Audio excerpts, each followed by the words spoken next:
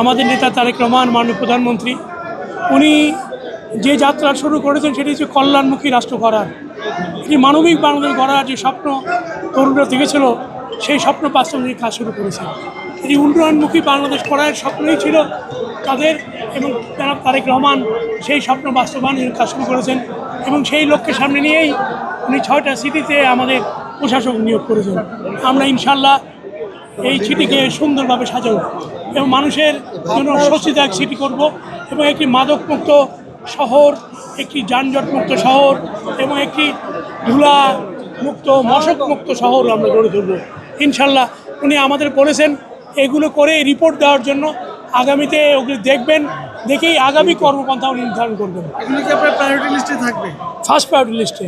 এবং সেভাবে আমরা স্বরাষ্ট্রমন্ত্রীর সাথে বসেছি, আমরা বলেছি যে শহরের মাদকমুক্ত শহর করতে গেলে আরও কঠিন এবং কঠোর পদক্ষেপ নিতে হবে এবং চাঁদাবাজদের দৌরাত্ম্য কমাতে হবে, তাদের হাতকে চেপে ধরতে হবে।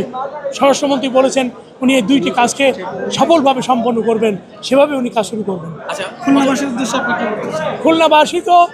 খুলনা তো আমাদের প্রাণের শহর। এই শহরের মানুষ আমাদের দিকে তাকিয়ে আছে যে আমরা এই শহরকে তাদের পছন্দের শহর হিসাবে সুন্দরভাবে গড়ে তুলব এবং সেই প্রত্যাশা নিয়ে আমরা কাজ শুরু করবো ইনশাআল্লাহ।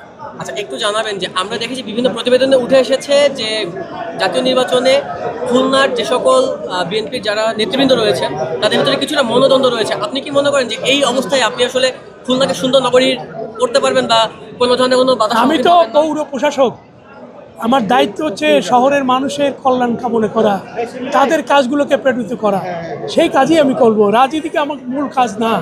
আমার প্রধানমন্ত্রী বলেই দিয়েছেন আমরা শুধুমাত্র মানুষের সেবা নিয়ে কাজ করব এবং দীর্ঘ 1.5 বছর একটি শহরের মেয়র ছিল না, প্রশাসনিক কর্মকর্তা চালাতেন, তারা সময় দিতে পারতো না।